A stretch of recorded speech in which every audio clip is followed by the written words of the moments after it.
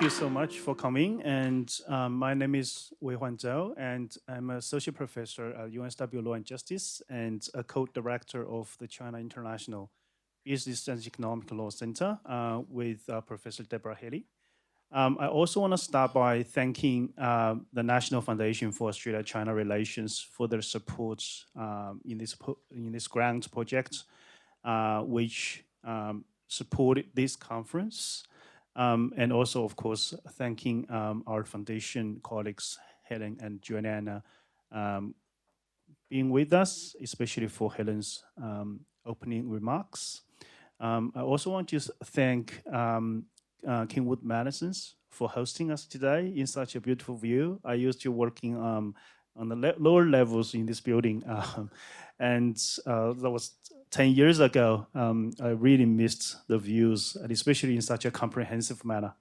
And of course, thanking our CIBEL colleagues for preparing and supporting this fantastic event.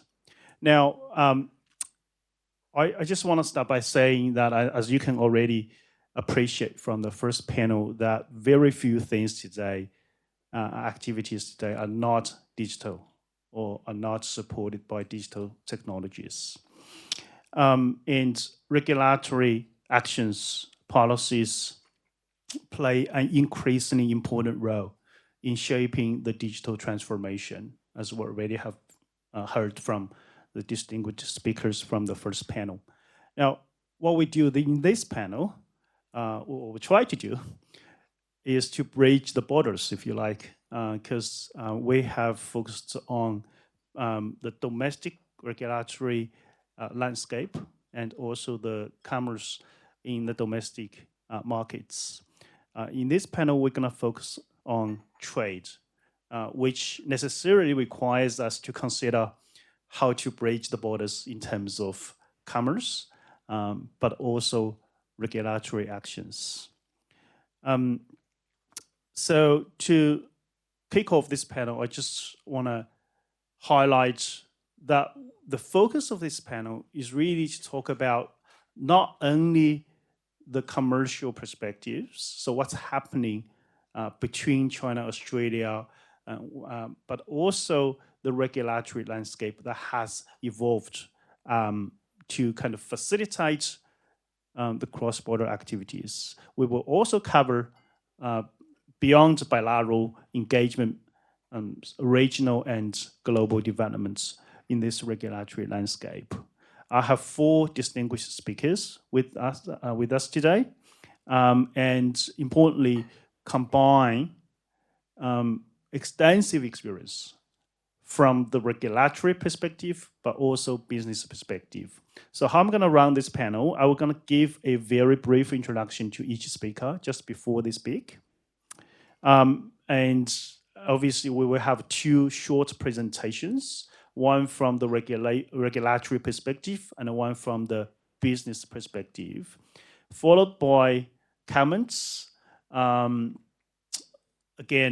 from the commercial perspective and regulatory perspective. And then we're going to have some focused discussions on questions before we open it for the Q&A. Let me just turn to Mr. Xiongshan, who is currently the Vice President of Kuaishou and Executive Dean of Kuaishou's Research Institute.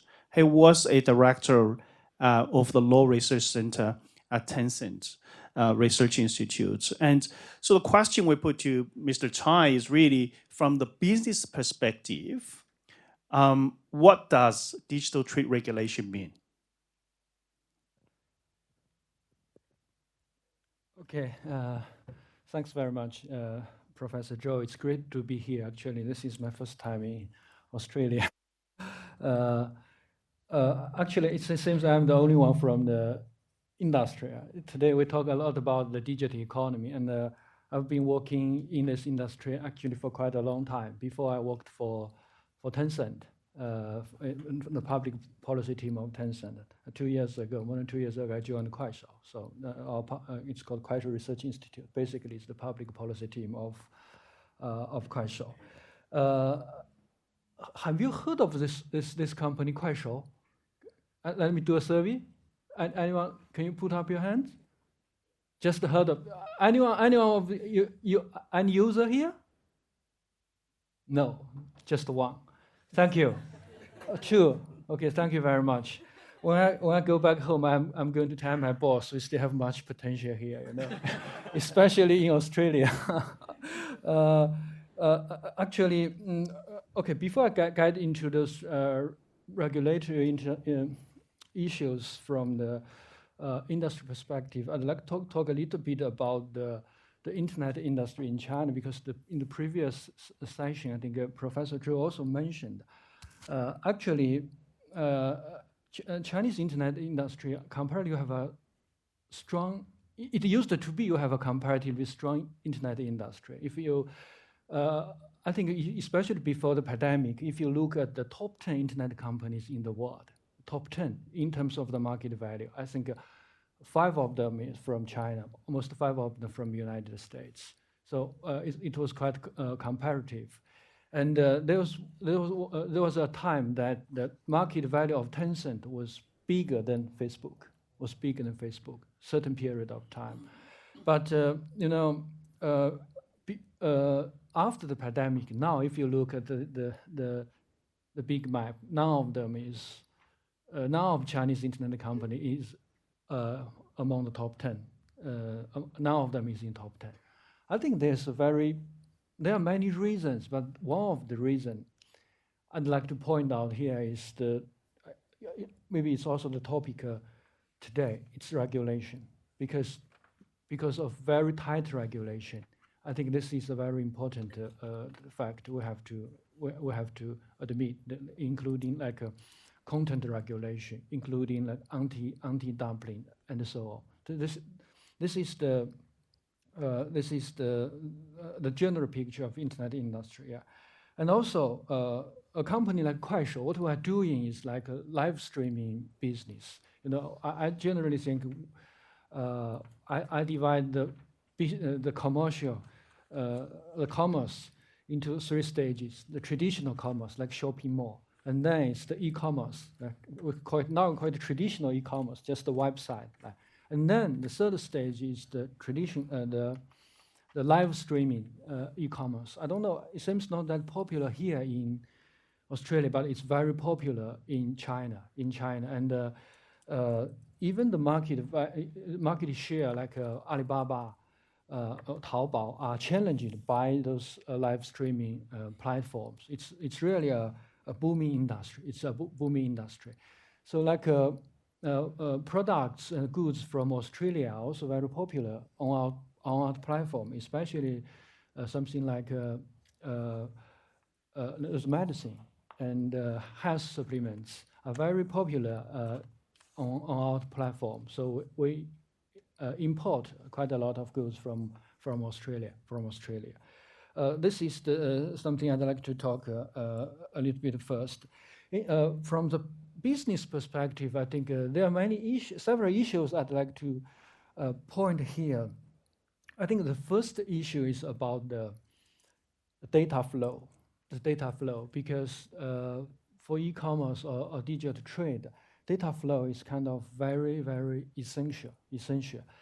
I think I'm sure that in WTO, those agreement you are talking about this data flow regulation. China actually, for recently, China had made a very strict data regulation regime. If you study carefully,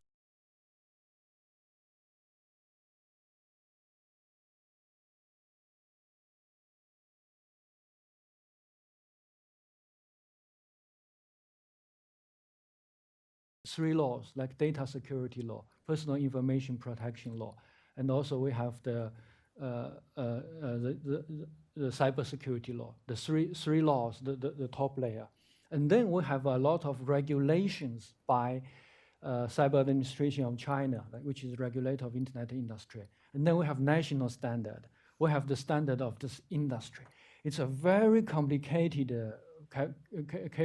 regime, and I think it is even stricter than GDPR. If we study carefully, I'm not going to go into details.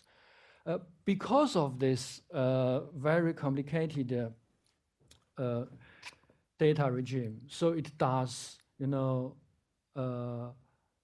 some extent hurt the digital trade between China and outside the world. And so even the government got a lot of complaints from foreign companies about this data flow.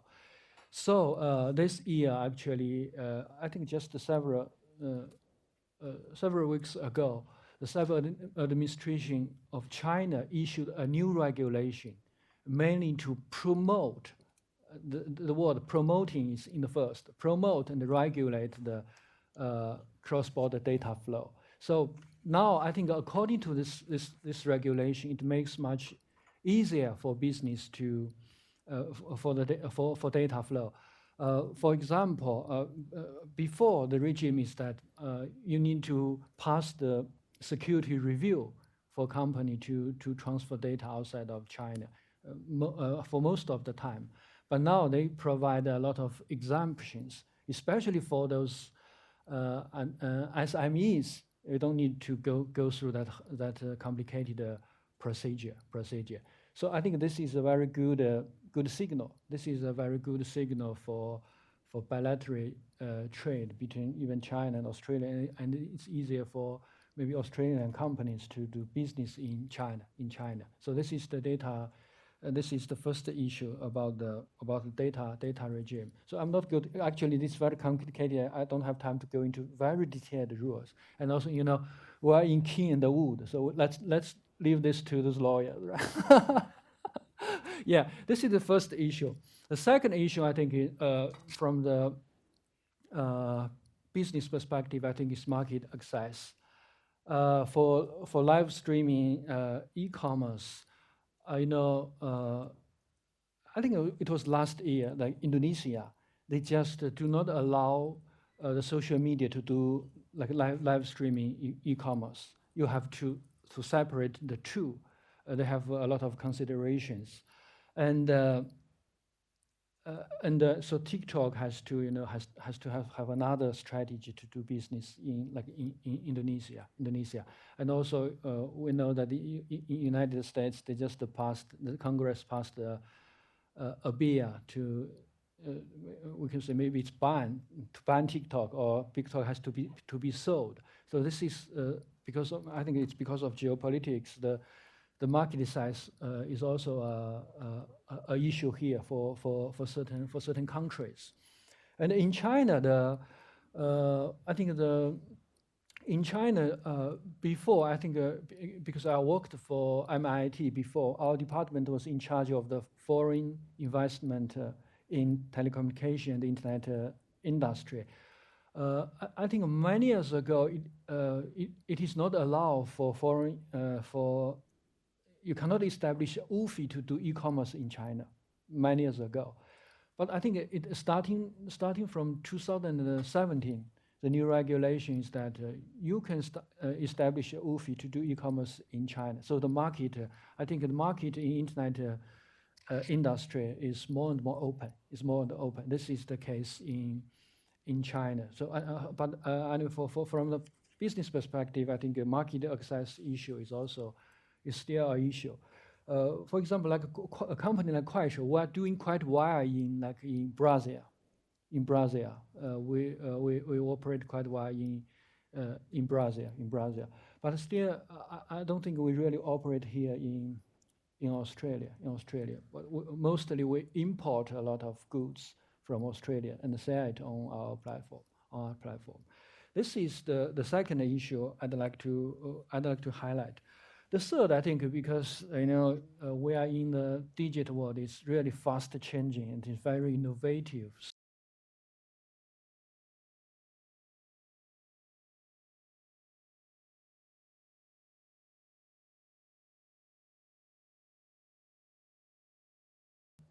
Even now, we have more and more digital human as the anchors.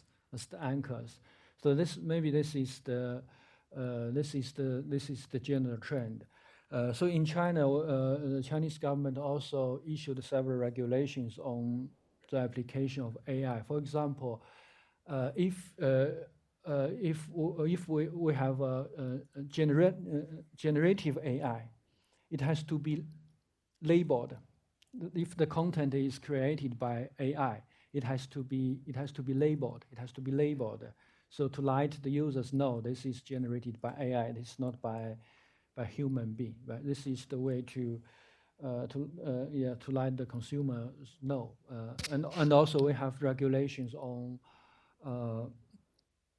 the algorithm, and also now the many companies in China, including like BAT, they also develop their own large language models. So in China, if you want to develop a large language models, you have to register with the authority first, and then you can provide it for commercial use. I think those issues will be talked in those negotiations in WTO or those bilateral regulations. Okay, it seems my time is up. And then finally, maybe the final 2 points is that I'm thinking from the business perspective, is it possible for example, for China and Australia to have kind of bilateral kind of data agreement to allow the data to easy flow of data. For example, we can put each country in the white list, and then it's much easier for free flow of data. I know there are a lot of difficulties, but maybe we can discuss those issues and try to find a solution, because this is really essential for business. Traditionally, I think for international trade, we need the free flow of capital, right? Free flow of resources, free flow of goods, free flow of IP. Now, free flow of data is very crucial. It's very crucial. And also the final point I'd like to mention is that actually, from business perspective, I think pro-innovation regulation is very important. That's why I mentioned the development of Chinese internet industry, at the beginning of my presentation. China, we learned this big lesson. So the pro-innovation regulation is really crucial and really important. Okay, maybe with this, I conclude my presentation. Thank you very much. I'm looking forward to the questions. Yeah. Thank you so much, Mr. Cai. That puts lots of things on the table, I think, and it's actually aligned very well with what David has said about the need for cooperation on the regulatory side, because lots of the challenges that Mr. Cai put forward faced by businesses are actually the challenges not within the border, but actually across the border in terms of market access for foreign business and in terms of the free flow of data, which is driving lots of traditional trade, but also digital trade. So there will be lots of opportunities for us to discuss these things later on. But let me now go to Mr. Jack Lu, who is a Global Engagement Manager of Australian Trade and Investment Commission, having over 15 years of experience in cross-border e-commerce. So Jack will also speak from the business or commercial perspective, focusing on his experience and expertise, but also to reflect on what we have discussed so far from the business and regulatory perspective. So Jack, please. Thank you, Professor Zhou. Good afternoon, everyone. My name is Jack. As introduced, I'm the Global Engagement from Australian Trade and Investment Commission. My focus is to helping Australian retail brands to tap into the opportunities in global markets, and China is our largest trading partner. So my focus today will be slightly different with the previous speakers, given my background. So I'm going to talk a little bit about the history how cross-border e-commerce in retail has evolved in China and how that has changed in consumer demand and choice of retail channels. So I divided my topic into 3 different sections. The first one is the policy changes in China for cross-border e-commerce. And the second one will be how that has changed consumer demand from Chinese consumers. And lastly, talk about the retail channels and diversification in China when choosing where to buy on cross-border e-commerce. Before I start the first topic, just want to give everyone a little bit of background on how large the retail e-commerce size is in China. I think everyone knows how big it is, but if we put into a number, recorded in 2023, the retail e-commerce side in China reached 15 trillion RMB. That's about 2.2 trillion in USD, which is about 36% of the total retail size in China. If you compare that to US, US is about 18% of retail size, and Australian is close to 10%. I believe every one of you have probably purchased something from Amazon or eBay in Australia before, but just imagine 1/3 of your daily purchase happens online and how large that scale is. Now, because retail e-commerce becomes such a vital channel in China, for Australian companies wanting to sell products into China, e-commerce is unavoidable, an important channel to consider, which is why cross-border e-commerce has become more and more important these days. Now, the term cross-border e-commerce really started around 2012, where the Chinese established the first policy around cross-border e-commerce and established the setup of pilot trial free trade zones in China. I will explain the free trade zones a little bit later, but prior to 2012, most of the Australian products was traded through personal parcels, meaning that if someone in China have a relative or a friend in Australia, they'd ask them to go to Woolies or Chemist Warehouse to buy something and put into Australian parcel and send it back to them. That's considered as a grey channel. And that has caused a lot of issue, including the size of the trade is not recorded, and the quality of the product is not guaranteed, which is why China has sought this opportunity and created what's so-called a pilot free trade zone. There's 8 free trade zones established in 2012 that has developed to 22 free trade zones in 18 cities in China today. What free trade zones allowed is to allow Australian products to ship bulk into the free trade zones in the Australian original package. There's no translation package required, and there's a less complex registration process, and it's a preferable tax rate as well for cross-border e-commerce, which not just allowed for Australian products to sell to Chinese consumers directly, but also allowed a global opportunity for all regions to sell products into China. Now, in between 2012 and 2018, because of the free trade zone, it opened up a huge gate for foreign products to sell into Chinese consumers. Lots of countries see the opportunity and start.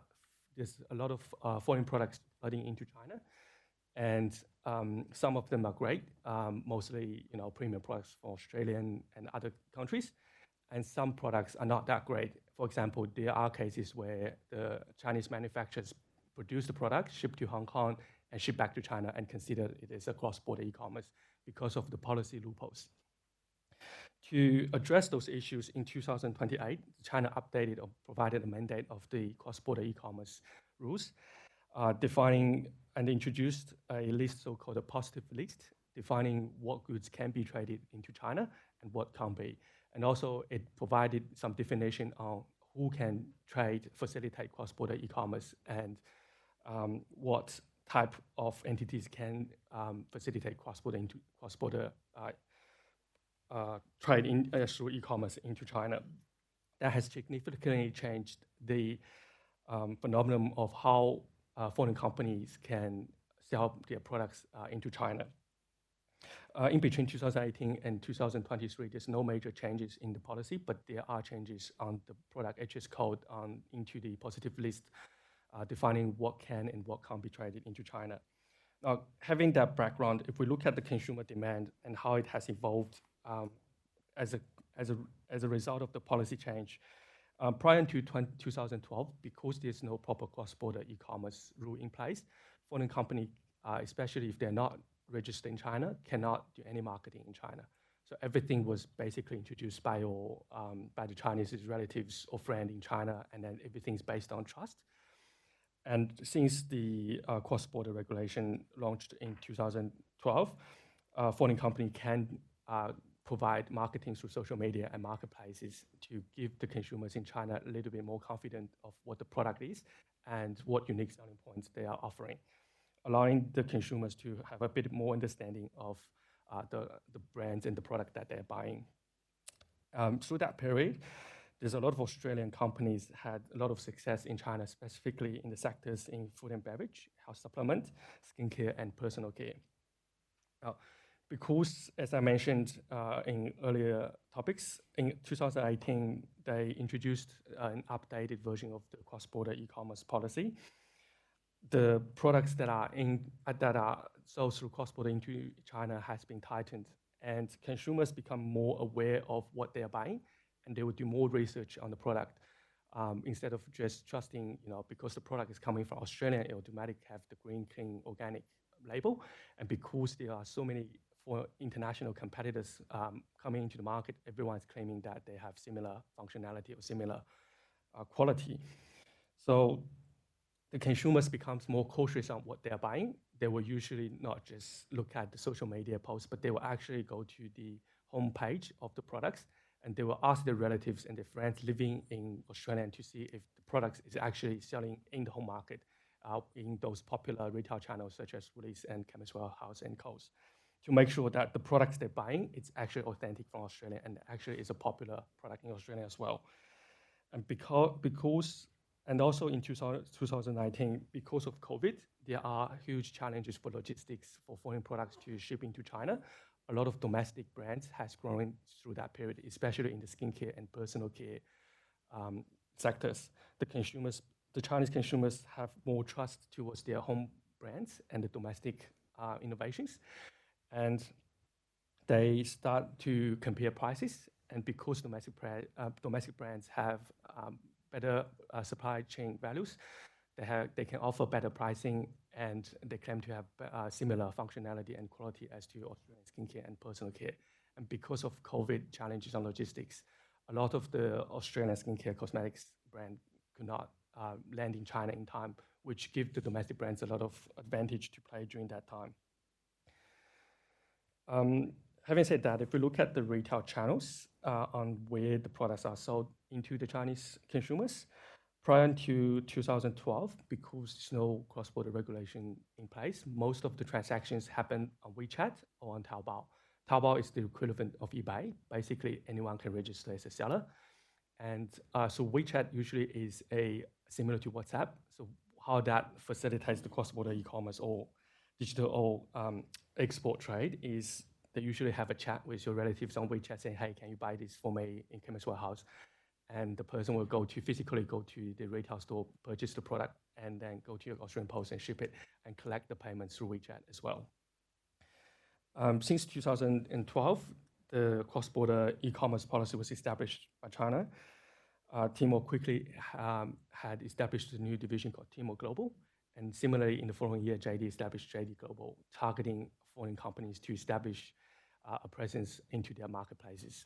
And that has become really popular amongst Chinese consumers. Since the acquisition of Kaola.com from Tmall Global, at peak, Tmall actually owns about 70% of cross-border trade in around 2017, becoming the largest channel for cross-border e-commerce.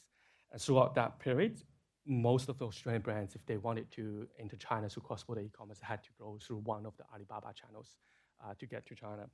However, things changed around 2019, where all the challenges, such as the live streaming like Kuaishou, Douyin, and Little Red Book starting to offer transactional functionality as well. Prior to that, those live streaming content was offering marketing, and then the transaction would happen in the marketplaces. But since 2019, most of the live streaming companies start offering transactional functionality as well, allowing consumer to go through the whole cycle of getting to know the brands, getting more trust about the brand, and complete the transaction within those apps. So these innovative challenges has grown really rapidly over the past 2 years. To give everyone, again, some number context, it was recorded that in 2022, there are 515 million live streaming sessions happened in China. If you divide that to your hourly rate, so each hour there's about 13,000 live streaming sessions happen in China. So just imagine if you swapping between apps in your mobile, there's about 13,000 live streaming happening at the moment while we are listening to this session. So that's how significant these live streaming platforms become in China, and which has created an additional channel for cross-border e-commerce is to go through these live streaming channels. And this has becoming more and more important as Australian products find opportunities through these live streaming channels as well. Given the time, I might just give a quick summary. If you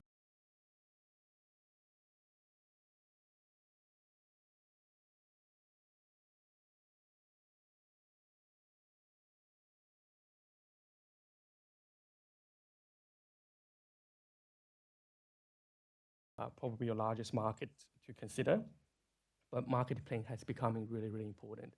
And if we think about the challenges, please remember that China is no longer a cash market.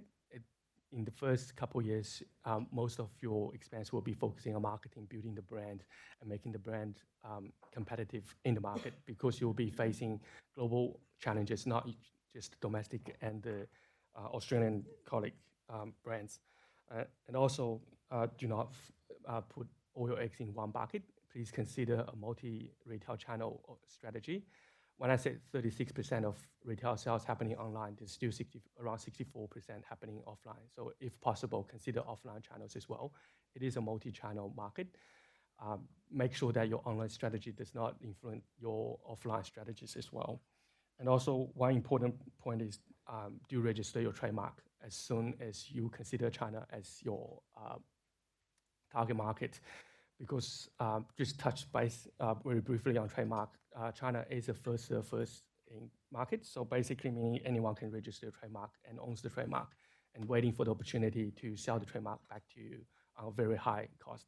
So please, you can consult King and Wood today on how to register your trademark, but it is a very important, your first step. If you are talking to your distributor, if you're going to an exhibition in China, try register a trademark first before you enter any conversation in China. That's it for me. Hope that stays relevant to today's topic. Thank you. Thank you, Jack. And I can't help thanking my panelists again for putting forward so much information, useful information in such a short period of time. Our final speaker is a good friend, Professor Henry Gao from Singapore Management University, and he is a senior fellow at the Center for International Governance Innovation, and also on the advisory board of the WTO's chair program, and of course, long-standing fellow of CIBEL. Henry is also perhaps a very few Chinese scholars, one of the very few Chinese scholars worked very intensively in digital trade field. And I also understand that some of the questions David may not be in the position to answer. So please, if you have these questions, ask Henry as well. So Henry, I'll just give the floor to you to say a few words about the regulatory landscape at bilateral, regional, and international levels, and just say what you can actually elaborate on or fill in the comments that David has already given. Thank you. Thank you very much, Weihuan and Debbie, for that kind invitation. I mean, CIBEL has become like a second home for me, so it's always good to come back to Sydney to speak for CIBEL. So indeed, e-commerce is a topic that I have been researching on for the past 20 years, starting from 20 years ago when I was working in the WTO Secretariat's Trading Service Division. I was assigned to work on the Mexico telecom case, which I actually consider to be the very first e-commerce case the WTO has ever decided, because that case actually concerns the use of VPN by American telecom firms in Mexico. So that's a very interesting case. Now, indeed, I mean, if you look at the regulation of e-commerce by China. As Dr. Cai has mentioned earlier, China has this obsession with security, and that is understandable because President Xi has said on several occasions that there is no national security without cybersecurity. So this resulted in a very strict regulatory environment, again, as Dr. Cai rightly pointed out. But recently, due to, I guess, the complaints from the business firms, the government started to loosen up. So these include, for example, the recent rules by the Cyberspace Administration on promotion of a cross-border data flow, which Dr. Cai referred to. And these provide many exceptions, including, for example, the exceptions and exemptions when you conduct e-commerce and also academic research. I think two areas which are most relevant to everybody here today. In addition, China, at the same time of the issuance of the rules, also issued the national standard on data classification.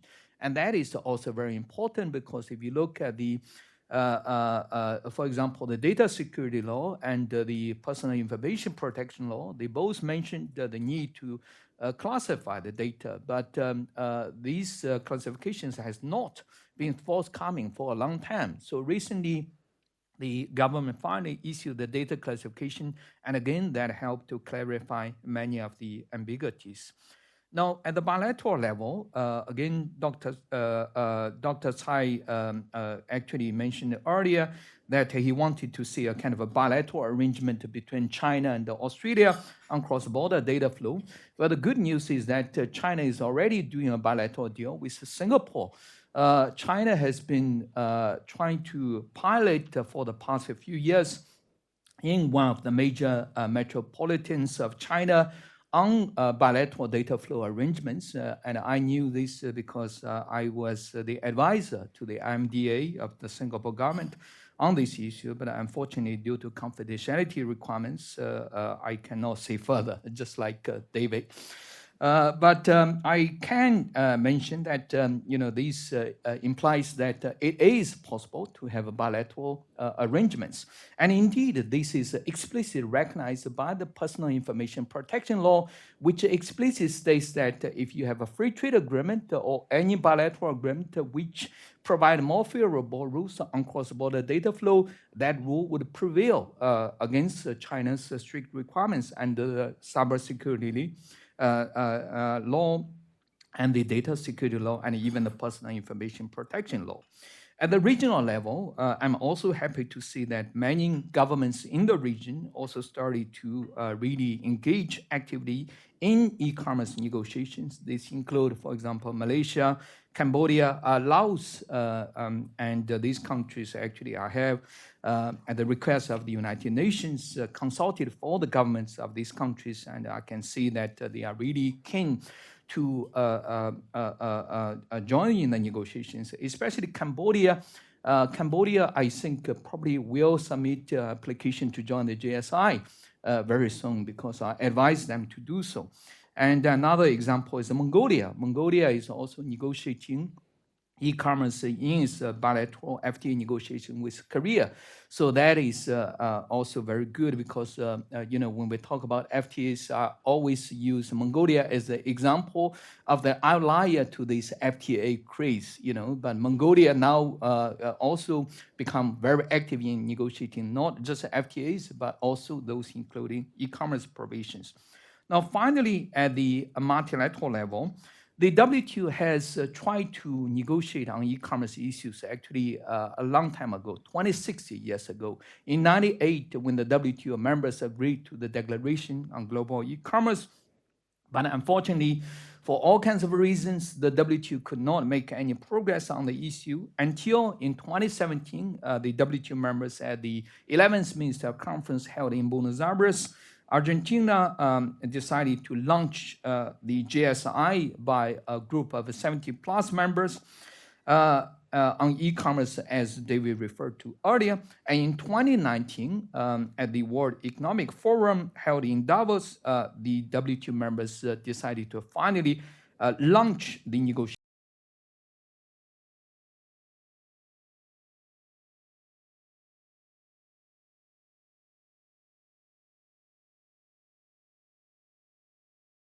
in Buenos Aires.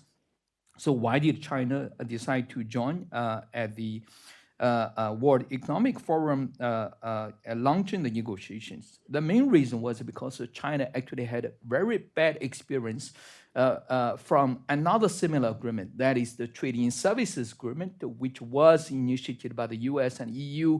China didn't join initially, and later when China tried to join, China was refused entry by the US. So China didn't want that to happen, so China decided that we'd better join at the launch so that nobody can refuse us to join in the negotiations. Indeed, many think tanks in the US has been saying that China should be kicked out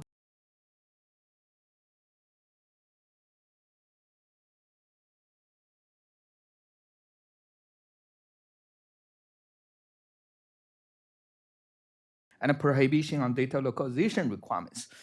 He said that when the GSI was launched, and I actually had a debate with him, my review was that actually for China, data flow and the data localization per se are not that important.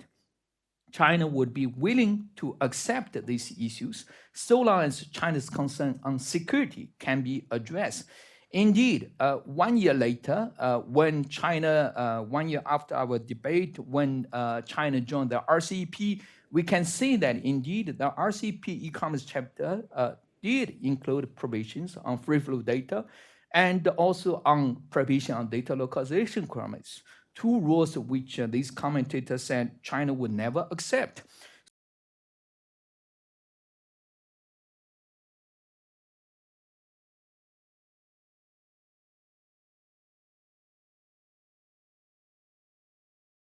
United Nations. I was doing it for CG, where I'm a senior fellow, and I also had another debate with another CG senior fellow on whether the GSI would be a glass half full or half empty. And my take at that time was that the GSI was half full because the very fact that, if you have this agreement which include all three of the major players, China, US, and EU, that by itself is significant. We can worry about how shallow or deep the rules are later. And indeed, from what David just shared with us just now, I'm very happy to see that the glass is not only half full, it is getting fuller and fuller, and probably all full. Thank you. Thanks, Henry. Fragmentation is obviously a big issue in the digital regulatory space. And we have seen, and I think from David and Henry, your presentation, of course, from the business perspectives, we have seen the increase in balancing act at domestic and global negotiation platforms. Now, let me move on to the second kind of elements of this session, which is I will basically put two questions to the speakers and in a structured way and ask them to respond to the questions briefly. So the first question, I think these are the things that we have actually discussed briefly just now, but I just want to get the most out of this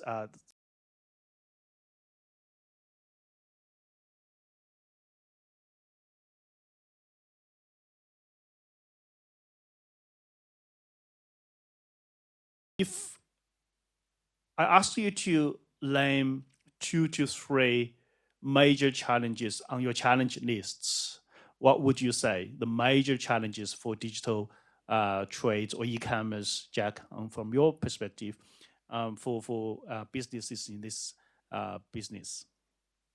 So, Jack, I may start with you on a more kind of micro level on a very specific sector, and then we'll move on to the more general picture for business.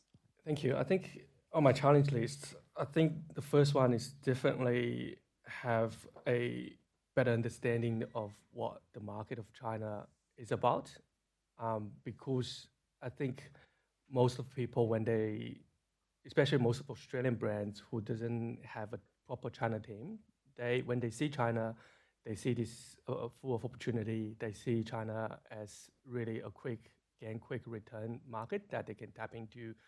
And they see their competitor getting really successful in China, sometimes overnight, but it doesn't really happen overnight because there's a lot of marketing, there's a lot of effort behind the scene that the brands hasn't really read into, let alone the marketing cost. When people think about retail e-commerce and selling directly to consumers, they often think, oh, I do a marketing campaign and I be on as many channels as possible and I should get a return really very quickly. But the reality is it's much more beyond that. If you think about it, in certain categories in China, return rate can be as high as 30%. What's your logistics solution for those returns? And what's your solution for how to treat those return products? Because cross-border goods basically gets destroyed after return. It can't be resell through any of the marketplaces. So what's your strategy on that 30%? Would you encounter that as cost of operation? But 30% is very high. And also your pricing strategy becomes very, very important in China because when you tap into multiple retail channels, the last thing you would want is to see each channel fighting each other on pricing and keep smashing down the price, sometimes even lower than your retail price in Australia. And that would severely damage your branding in China. So really, I think in terms of a soft solution to that challenge is really to speak to as many people as possible, understand all different aspects, and to have some sort of decision within your team. And definitely, if you do treat China seriously, do have an internal China team that can help you to make a better decision on that. Yep, that's probably my top challenge and a soft solution to that. Thanks, Jack. Mr. Cai, what's on your challenge list, at the top of your challenge list?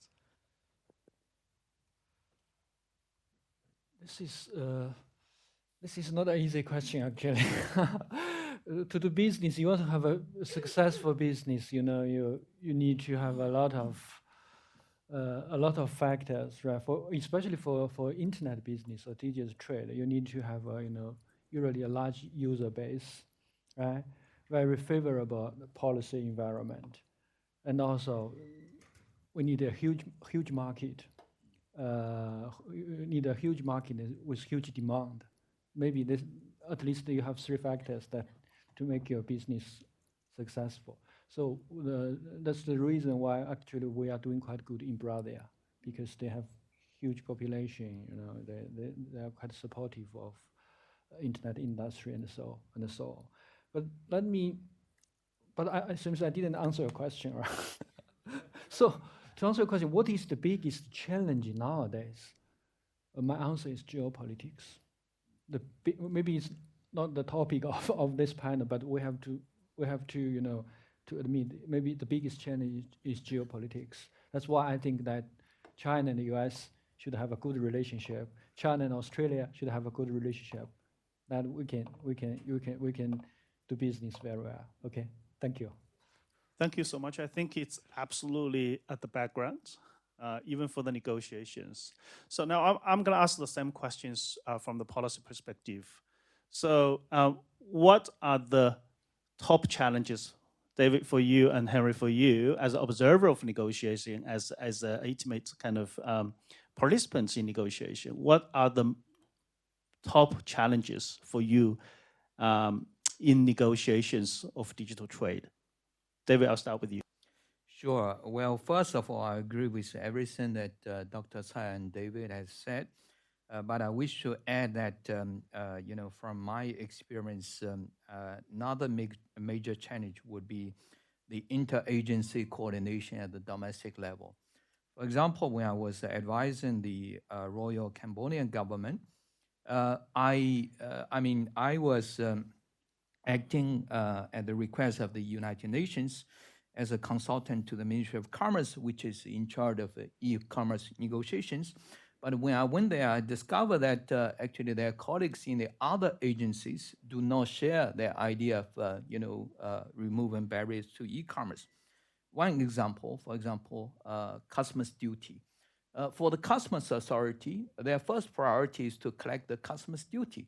They don't care whether this is going to increase additional barriers on e-commerce. And indeed, if you think of most e-commerce activities nowadays, most e-commerce packages are very small value, right? But they are big in number. So if you insist on charging customers duty on every package, that would greatly slow down the e-commerce flow, and impose a lot of burden on the e-commerce players.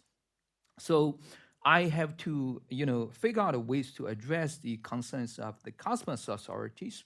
So what I propose to them is to consider various different customs collection models. For example, they can, in addition to vendor collection, which is the traditional model, they can look at alternative models such as intermediary collection, such as collections through the platform or through the logistic company, and so on, and that actually help them to address this problem.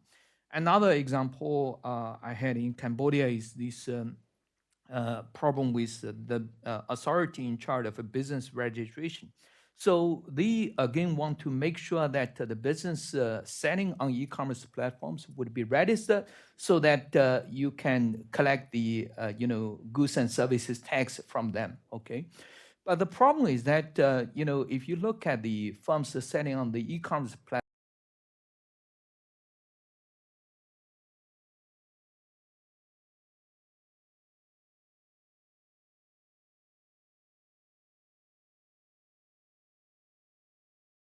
register. So you only enforce it against the local sellers. So this causes a big problem to the local sellers. I mean, they have to pay a few $100 every year, which is not big for Australia, but for Cambodia, it's a large amount. So I basically told them, you should consider removing this, because you are hurting your own domestic sellers, in favor of the foreign sellers. And I should emphasize that this problem of interagency coordination when it comes to e-commerce policy making is not unique just for smaller and less developed countries like Cambodia. It even affects the biggest and most powerful country like the United States.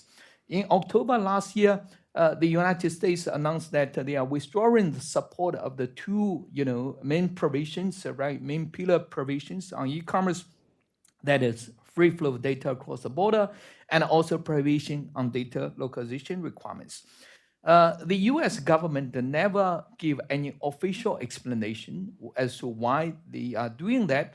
But what I heard from my friends in Washington, D.C. is that they have two concerns. One, they want to make sure that they will be able to enforce their antitrust laws, like the first panel discussed.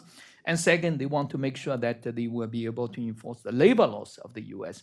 But actually, neither of these are valid concerns, because, to have a free flow of data and the prohibition on data localization requirements do not actually get in the way of enforcing your antitrust and the labor laws.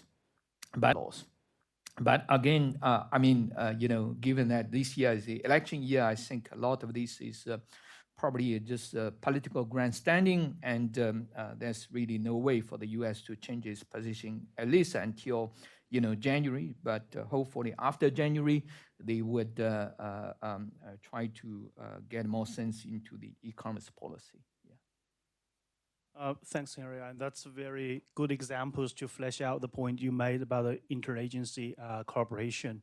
And I guess the way that we have seen these reactions or the changing environment, regulatory environment or actions in response to different policy objectives and specific circumstances. So it's quite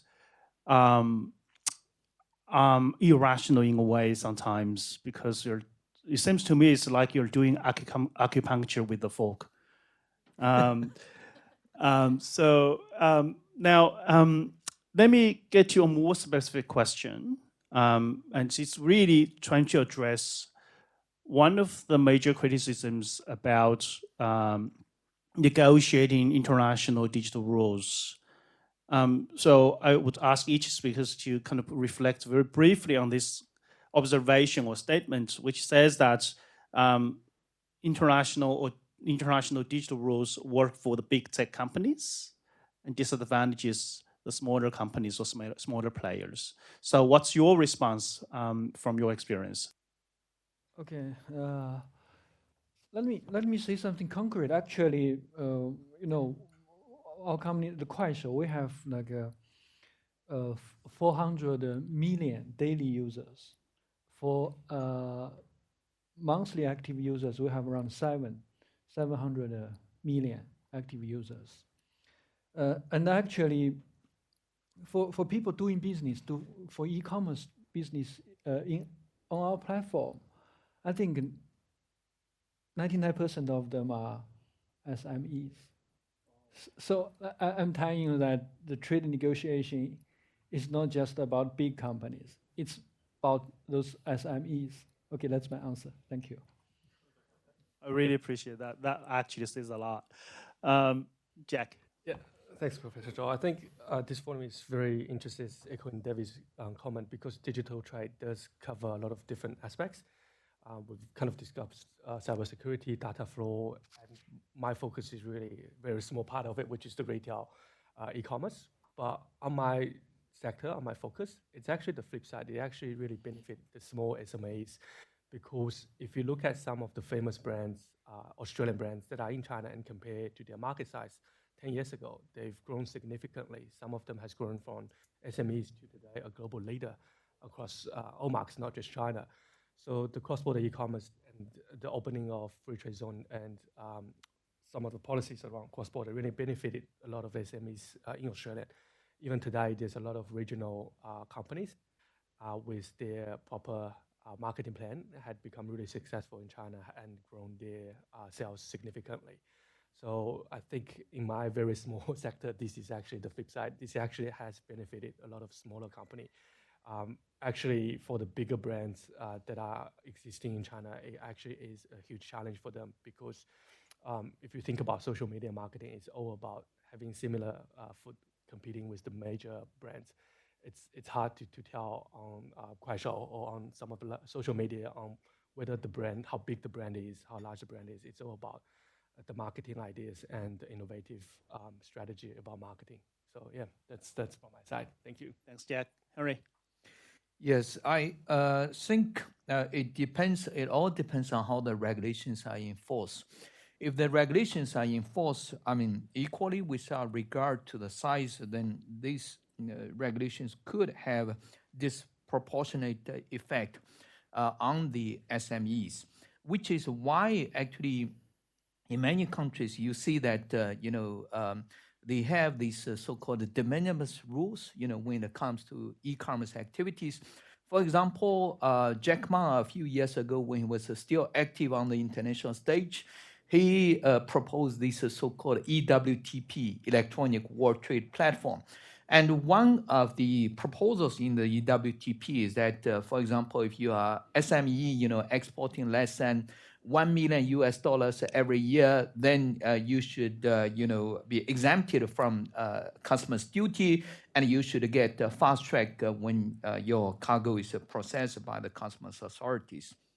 And we also say that in the more recent rules on promotion of cross-border data flow that Dr. Cai just referred to, actually that rules also exempted, many, firms. If you handle a few year personal data, for example, if less than 100,000, then you do not need to, seek approval, unless, of course, if it falls under one of the other categories like important data and other types of data and so on. So I think, there are possibility to provide exemptions, and that would be really important for SMEs. Yeah, thanks, Henry. That's a very good point. It's kind of the differential and preferential treatment stuff, like for less developed companies or SMEs.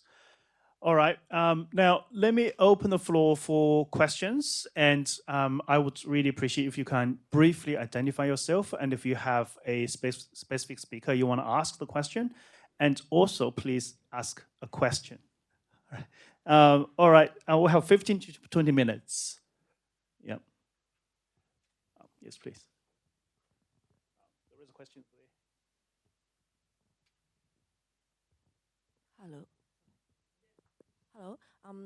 My name is Vicky, and my question is addressed to Mr. Cai. And thank you so much for your presentation. I understand recently Chinese governments encourage Chinese companies to go abroad and to expand business overseas. And apparently, these companies, when going abroad, encounter different kinds of challenges and difficulties and barriers. And my question is, so do you have like any practical or legal advice that you have and you like to share in terms of how this Chinese company to navigate through the different difficult situations and how to ensure that these companies comply with local legislations and regulations, especially in a country such as Australia, which sets a pretty high bar. Thank you. Right, Mr. Cai. So regulatory compliance in a foreign company, in a foreign country. Thank you very much. It seems this is a big question. This is really a huge question. Yeah, I think more and more Chinese companies are trying to go overseas to do business. But the case of like Kuaishou, when we do like business in Brazil, usually we find a local partner. I think this is the easiest way to do business overseas, and also for the compliance issues, and we cooperate with the local partners because they are more familiar with the situation. I think this is general our practice. Yeah.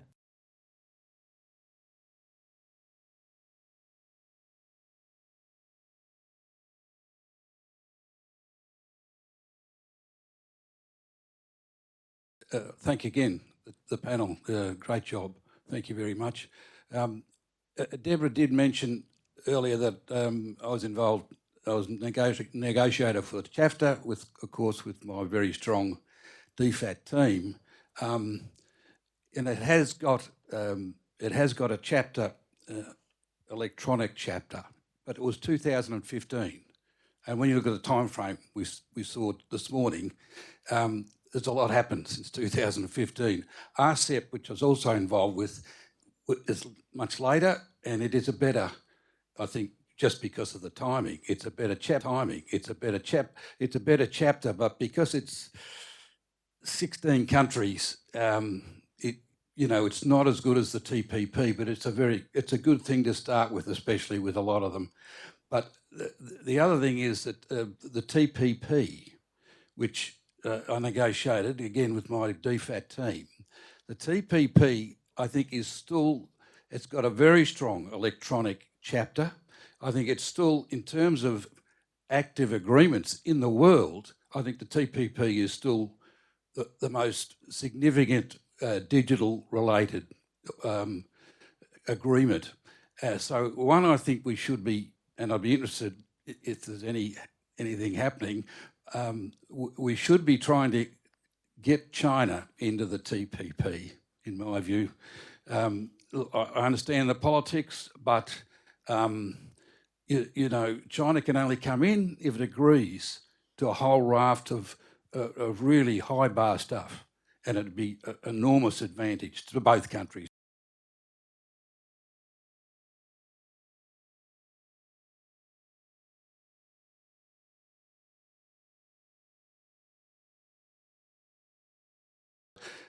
Illuminate us on this one.